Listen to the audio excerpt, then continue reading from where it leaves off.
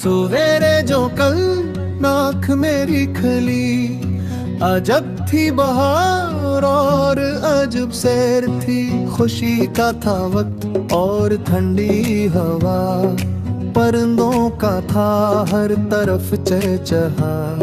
यही जी में आई के घर से निकल, टहलता टहलता जरा बाग चल। छड़ी हाथ में लेके घर से चला और एक बाग का सीधा रास्ता लिया। वहाँ और ही जाके देखी बहार, दरख्तों की है हर तरफ एक कतार। कहीं है चंबीली कहीं मोतिया, गुलाब और गेंदा कहीं है खिला।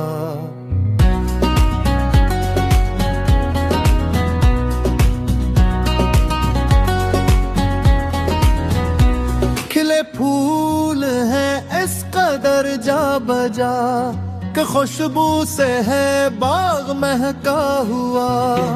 कहीं आम है और कहीं है अनार, कहीं खट्टे मीठे हैं देते बहार।